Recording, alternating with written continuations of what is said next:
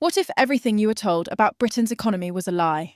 What if the £22 billion financial black hole that Starmer used to justify brutal tax hikes, spending cuts, and financial hardship never actually existed?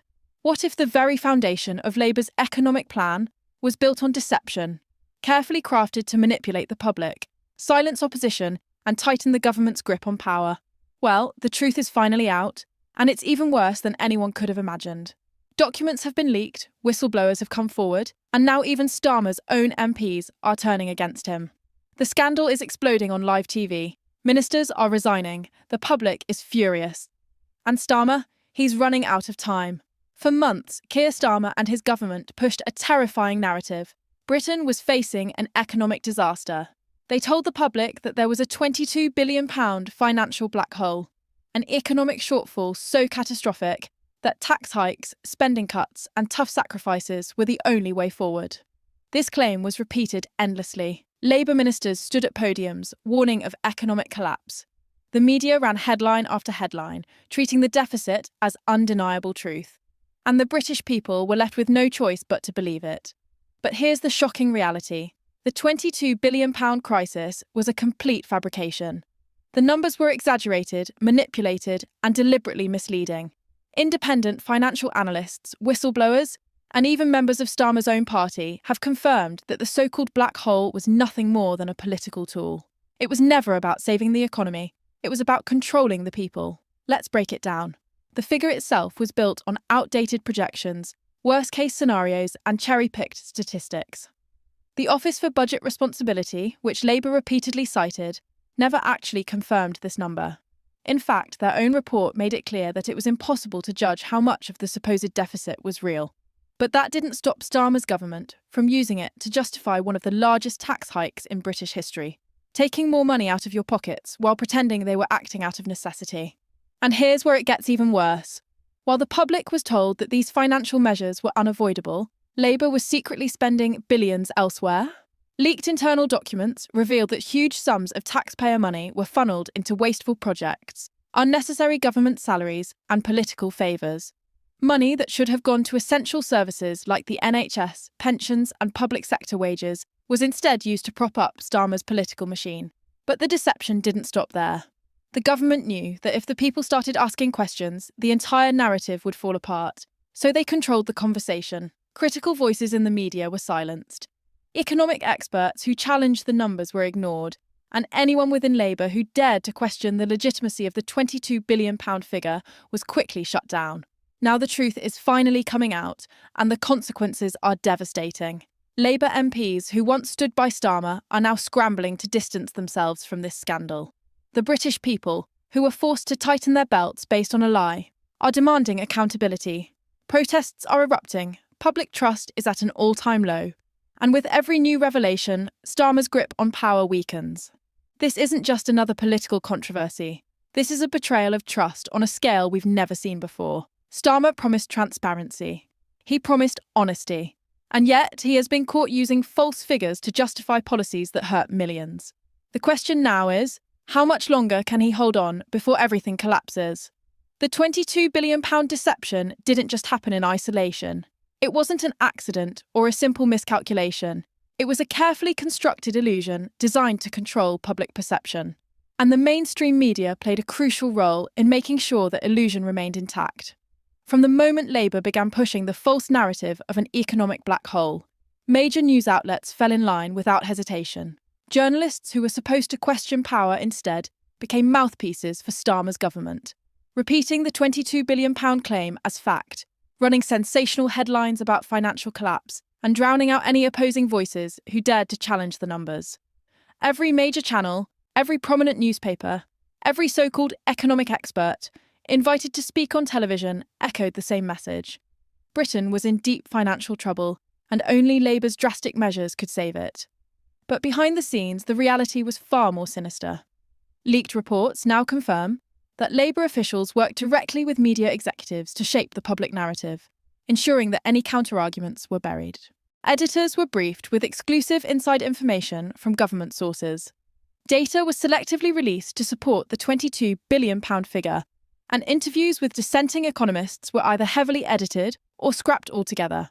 In essence, the media wasn't just reporting the lie, they were actively helping to sell it. Even when financial experts raised red flags and pointed out inconsistencies in Labour's claims, their warnings were ignored. In some cases, those who spoke out found themselves discredited, labelled as politically motivated, or even threatened with professional consequences. Instead of investigating the government's claims, the press shielded Starmer from scrutiny, ensuring that public fear remained high and that Labour's tax hikes and budget cuts seemed like the only logical path forward. But why?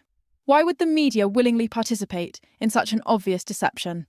The answer, as always, comes down to power and influence. Many of the country's most prominent journalists and media executives have deep connections to the Labour establishment. Some have personal ties to senior government figures. Others have career ambitions that depend on staying in Labour's good graces. And a few are simply ideologically aligned with Starmer's vision. Then there's the financial incentive. Labour's government has poured millions into media-friendly initiatives, ensuring that those who support the party's messaging continue to benefit while independent voices struggle to survive. State-funded broadcasters, in particular, have been caught pushing pro-Labour narratives while dismissing or outright ignoring criticism of the government. However, the cracks in this carefully maintained facade are now becoming impossible to ignore. As more evidence emerges about the fraudulent nature of the £22 billion claim, some journalists, either out of guilt or a desperate attempt to save face, are beginning to turn on Starmer. A handful of major publications have quietly started retracting their initial reports, admitting that the financial crisis might not have been as severe as Labour claimed. Some news anchors have been caught off guard during live broadcasts, confronted with new information that directly contradicts what they had been reporting for months. And most importantly, the public is waking up. People are beginning to see the pattern, recognising how the media manipulates narratives to serve political interests rather than to inform the people. The growing outrage is reaching a boiling point. British taxpayers who are forced to accept economic hardships based on lies are now demanding accountability. Independent media platforms, previously dismissed as conspiracy theorists or right-wing agitators, are now leading the charge in exposing Starmer's deception, and their audiences are growing at an unprecedented rate. The Labour government and their media allies are losing control of the narrative, and they know it. That's why Starmer is desperately trying to shift the conversation, throwing out new distractions, attacking his critics, and pretending as if this scandal isn't unfolding right in front of our eyes. But the damage is already done. The truth is out there, and no amount of spin can erase the fact that Starmer's government lied to the British people on an unimaginable scale. But the fallout doesn't end here. In the next section, we uncover the internal rebellion brewing within Labour itself. Starmer's own MPs, who once stood firmly by his side, are now turning against him. Some are resigning, others are leaking damning information, and many are quietly preparing for the inevitable collapse of his leadership. For years, Keir Starmer ruled the Labour Party with an iron grip, maintaining the illusion of unity and strength. But behind the carefully curated speeches, the choreographed press conferences, and the tightly controlled messaging, a storm had been brewing. Starmer's £22 billion deception has not only shattered the public's trust, but has also ignited a full-blown crisis within his own party. The very MPs who once stood beside him, echoing his talking points and defending his policies, are now scrambling to distance themselves. Some are resigning in disgrace, others are leaking damaging information to the press, and many more are quietly manoeuvring behind the scenes, preparing for the inevitable collapse of Starmer's leadership. This rebellion didn't happen overnight. For months, whispers of discontent had been circulating within Labour's ranks. Senior party members, particularly those with economic expertise, had raised concerns about the £22 billion claim from the very beginning. They knew the numbers didn't add up. Some of them even tried to warn Starmer that pushing such a blatant falsehood could backfire disastrously. But instead of listening, Starmer and his inner circle silenced dissent. MPs who questioned the official narrative were branded as disloyal. Internal discussions were shut down. Any attempt to challenge the party line was met with threats, either fall in line or face the consequences. Some MPs, fearing for their political careers, reluctantly went along with the deception, while others chose to remain silent, watching the train wreck unfold in slow motion. But now, with the scandal fully exposed and public anger at an all-time high, Labour's internal fractures have become impossible to hide. The first major sign of collapse came when several high-profile MPs suddenly resigned, offering vague explanations about personal reasons or a need to focus on their constituency. But behind closed doors, the truth was far more damning. These MPs knew what was coming. They saw the public turning against Labour and they wanted to escape before the full weight of the scandal came crashing down. Some of them were directly involved in spreading the £22 billion lie, and their resignations were nothing more than desperate attempts to avoid accountability. Others simply lost faith in Starmer's leadership, recognising that sticking by him would only drag their own political careers into the abyss. But the rebellion didn't stop at resignations. Leaks from within the party have revealed that Labour's senior figures are now openly discussing the possibility of removing Starmer as leader. Private meetings have been held with key MPs and strategists, debating how to handle the crisis. Some believe that forcing Starmer to step down is the only way to salvage Labour's credibility before the next election. Others are hesitant, fearing that a leadership coup would only further destabilise the party. But one thing is clear: Starmer's once unquestioned authority is crumbling. It's not just the usual internal rivals who are turning on him. Even some of Starmer's closest allies, MPs who had been part of his inner circle and who had defended him at every turn, are now beginning to waver. They see the writing on the wall. They know that the public will not forgive Labour for this betrayal, and they are desperately trying to salvage their own reputations before it's too late. Some are leaking damaging information to journalists, subtly shifting the blame away from themselves and onto Starmer alone. Others are positioning themselves as potential successors, quietly building alliances and preparing to step in when Starmer inevitably falls. The infighting has reached such a fever pitch that even Starmer himself can no longer ignore it. In recent days, he has reportedly become increasingly paranoid, lashing out at those he suspects of plotting against him. Sources within Labour describe a leader who is isolated, desperate, and struggling to maintain control. He has begun calling emergency meetings, trying to reassure MPs that he can still turn things around. But fewer and fewer people are buying into his empty promises. The mood within the party has shifted. Once, Starmer was seen as Labour's best hope, a leader who could restore the party's credibility and lead them to victory. Now he is seen as a liability, a man whose arrogance and dishonesty have dragged the entire party into scandal. The impact of this internal collapse is already being felt. Labour's poll numbers have plummeted, with many traditional Labour voters expressing their disgust and vowing to abandon the party. Major donors, once eager to fund Starmer's campaign, are now reconsidering their support, fearing that Labour is heading for disaster. And most damning of all, some Labour MPs are reportedly in talks with opposition parties, exploring the possibility of defecting or forming alliances that could further weaken Starmer's grip on power. This is more than just a scandal. It is a turning point in British politics. The public's trust has been shattered, and Labour's internal collapse has only just begun. If Starmer thought he could ride out this crisis, he was gravely mistaken. His own MPs are abandoning him. The party is in chaos, and the question is no longer if he will be forced to resign, but when. But what happens next? Will Starmer fight to stay in power, or will he be pushed out by his own party? And if he goes, who will take his place? The next section dives into the power struggle that is now unfolding behind the scenes, the battle to control Labour's future in the wake of Starmer's downfall. Keir Starmer's days as Labour leader are numbered, and everyone within the party knows it. The £22 billion scandal has destroyed his credibility, and with the public turning against him, his own MPs are wasting no time preparing for what comes next. The question is no longer if Starmer will be forced to resign. It's who will replace him when he does. And that's where things get even more chaotic. Because while Labour is collapsing under the weight of this scandal, an even bigger battle is brewing behind the scenes. A ruthless power struggle between ambitious MPs, rival factions, and party insiders, all fighting to seize control of the sinking ship before it's too late. Labour has always been a party of factions, but under Starmer's leadership, those divisions were buried beneath the surface. He presented himself as the strong, competent leader who had unified Labour after years of infighting. But that illusion is now shattered. And with his leadership in freefall, the party is fracturing along deep ideological lines. On one side, you have the so-called moderates, the centrist MPs who supported Starmer because they believed he could make Labour electable again. These are the politicians who once stood by him, defended his policies, and helped push the party further to the right in an attempt to win over disillusioned Conservative voters. But now they see Starmer as a liability.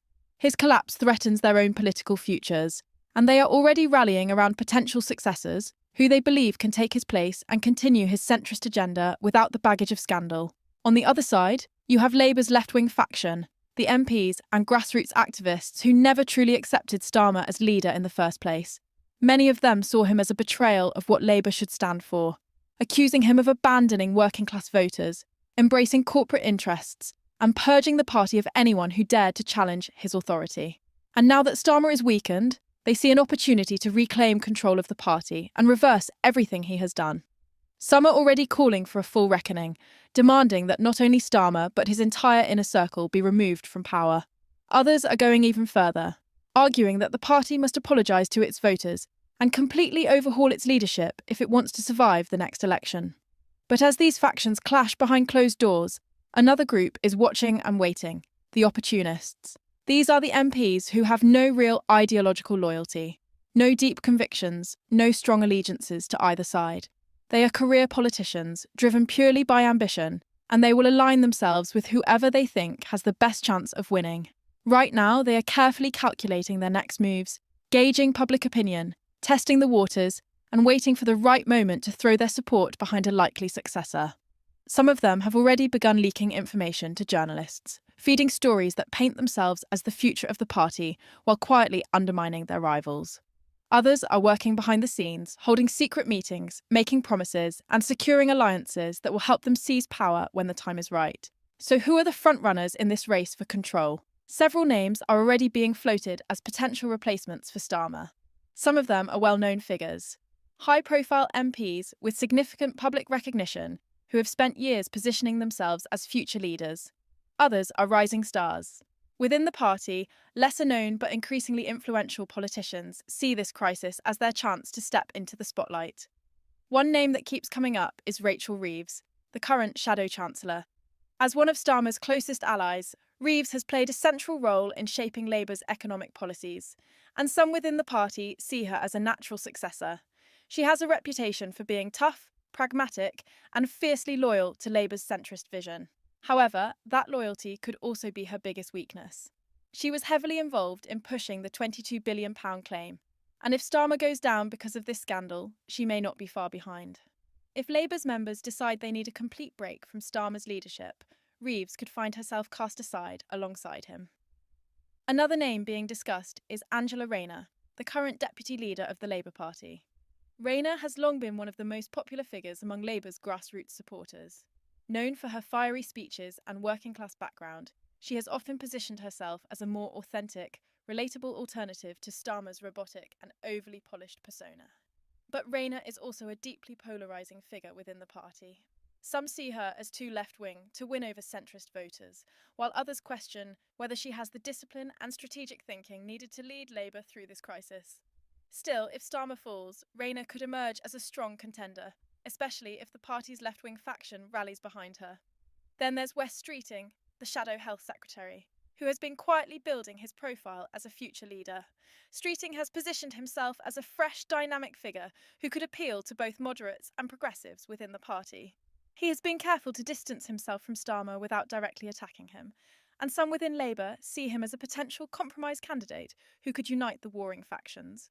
But Streeting's biggest challenge is his relative lack of experience. He has never held a major leadership position within the party, and some question whether he has the political strength to handle the pressures of leading Labour through such a turbulent period.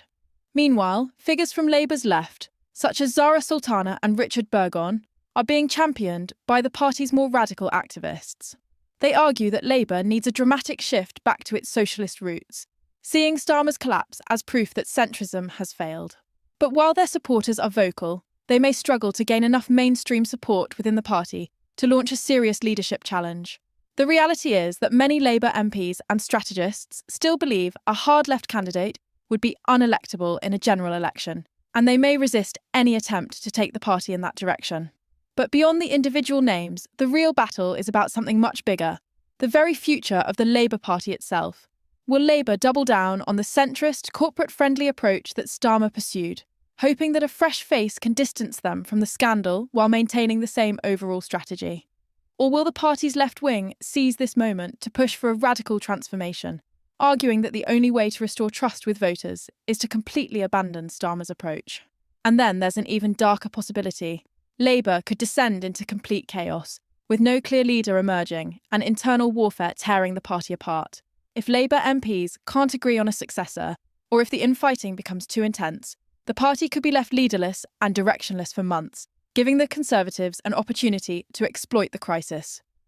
Some within Labour are already warning that if they don't handle this transition carefully, they could be facing an electoral disaster on the scale of the 2019 collapse. The stakes couldn't be higher. Labour is at a crossroads, and the decisions made in the coming weeks will determine not just who leads the party, but whether it has any future at all. With Starmer on the brink of political ruin, the battle for Labour's soul has begun, and the outcome is anything but certain. But while Labour's internal war rages on, the British public is watching in horror, wondering what this means for them. If Starmer's government is collapsing, who is really in charge, and what happens to the people who have already been affected by this scandal? In the next section, we dive into the full-scale fallout of the £22 billion deception and how it has impacted the everyday lives of British citizens, the economy, and trust in government itself. The collapse of Starmer's leadership isn't just a political crisis, it's a national disaster. The £22 billion scandal has already sent shockwaves through Westminster, but the real damage is being felt by ordinary British citizens. With trust in the government at an all-time low, businesses in turmoil, and taxpayers reeling from the sheer scale of financial deception, the question on everyone's mind is, how did it come to this? How did a leader who promised integrity and accountability end up overseeing one of the biggest financial scandals in modern UK history? And more importantly, what happens next for millions of people across the country? The effects of this crisis are already painfully real. The very institutions they rely on, healthcare, education, social security, are under strain like never before. And now they're being told that the money they were promised to fix these problems simply doesn't exist. One of Starmer's biggest pledges was that his government would rescue the NHS from its funding crisis. He promised billions in new investments, an end to waiting lists, and a recruitment drive to bring in thousands of new doctors and nurses. But now, as the truth about Labour's financial deception comes to light, it's clear that those promises were built on lies. The so-called £22 billion in savings that Labour claimed would fund the NHS was nothing more than a mirage. The money doesn't exist, and now the government is scrambling to explain how it ever planned to fund these pledges in the first place. Meanwhile, hospitals across the country are still desperately understaffed. Patients are waiting months for critical treatments, and frontline NHS workers are being told there simply isn't enough money to pay them properly. For many, this feels like the ultimate betrayal. They voted for Labour on the promise that healthcare would be a top priority, but instead they've been given more of the same. Empty rhetoric, financial mismanagement, and a government that seems more interested in covering its own tracks than actually fixing the crisis. And as the public outrage grows, NHS leaders are warning that the system is on the brink of collapse. Some hospitals are already discussing rationing care, cancelling non-essential procedures, and even closing departments because of a lack of funds. While Starmer and his ministers were busy pushing their false financial claims, millions of families were struggling to make ends meet. The cost of living crisis has been one of the biggest issues facing the UK. With food prices soaring, energy bills at record highs, and wages failing to keep up with inflation, Labour promised relief, claiming they had a fully funded plan to cut household expenses, increase social benefits, and provide real financial security.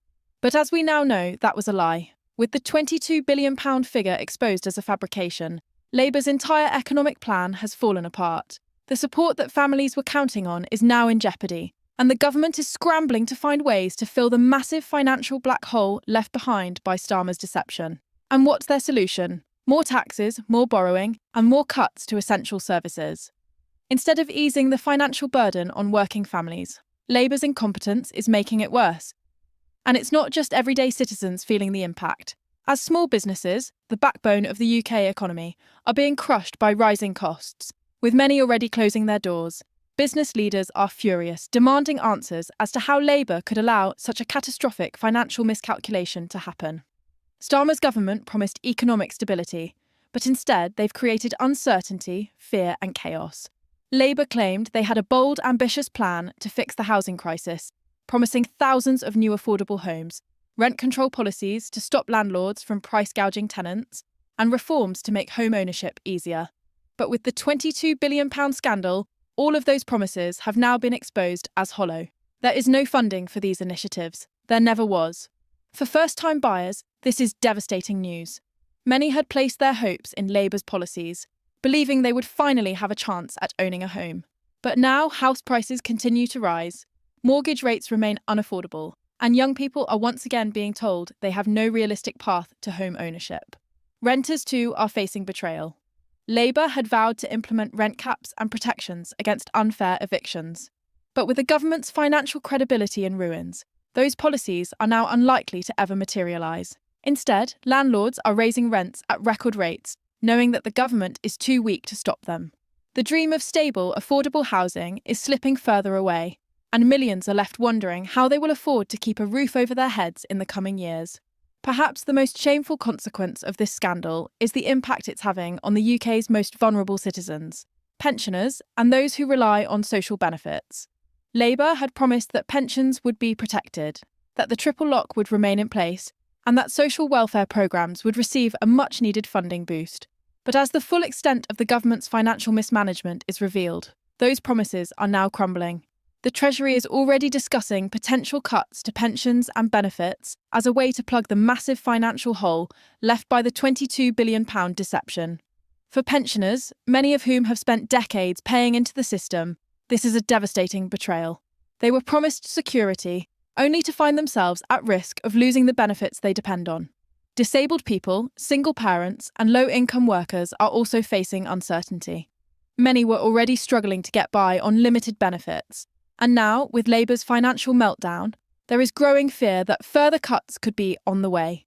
The very people Labour claimed to represent are now paying the price for the government's lies. The damage from this scandal isn't just financial, it's political. The British public has lost faith in the government. They've been lied to, manipulated and deceived, and now they're demanding answers. Protests are already breaking out in major cities, with furious citizens taking to the streets to call for Starmer's resignation. Polls show Labour's support collapsing, with even their most loyal voters turning against them. And it's not just the public that's angry. Labour MPs themselves are in open revolt. Many are now publicly calling for Starmer to step down, while others are holding emergency meetings to figure out how to salvage what's left of their party. Cabinet ministers are resigning. Key advisers are distancing themselves, and Starmer's own allies are turning against him in an attempt to save their own political careers. The Conservative Party is wasting no time capitalising on the chaos. Tory leaders are already calling for a snap election, arguing that Labour no longer has the mandate to govern. Some are even suggesting that criminal investigations may be necessary to uncover the full extent of the deception.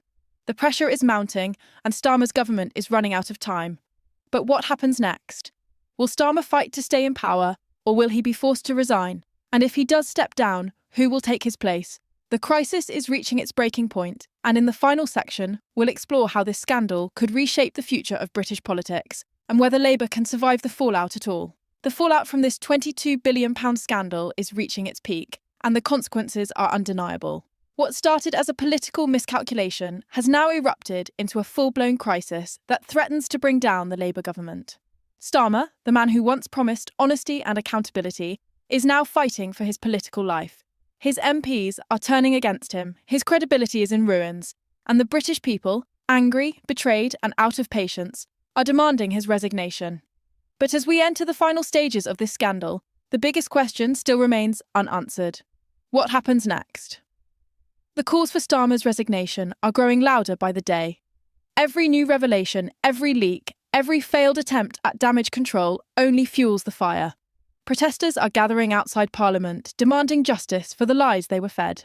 MPs are openly discussing removing him from leadership.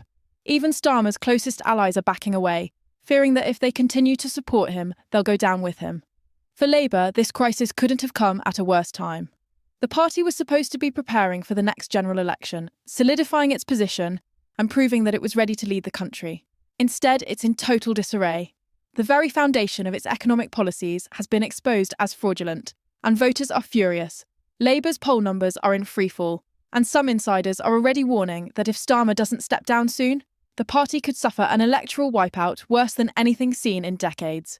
The pressure on Starmer to resign is enormous, but will he actually do it? On the one hand, the weight of this scandal makes it almost impossible for him to continue as Prime Minister. The public no longer trusts him, his MPs are losing faith, and even Labour's biggest supporters are questioning whether he's still fit to lead. But on the other hand, Starmer is not the type to step down without a fight. His entire career has been built on presenting himself as a man of integrity, someone who could clean up politics and bring honesty back to government. If he resigns now, it would be a total admission of failure. His legacy would be defined not by his promises of reform, but by the scandal that ended his time in office. Some reports suggest that Starmer is considering reshuffling his cabinet in an attempt to shift the blame away from himself.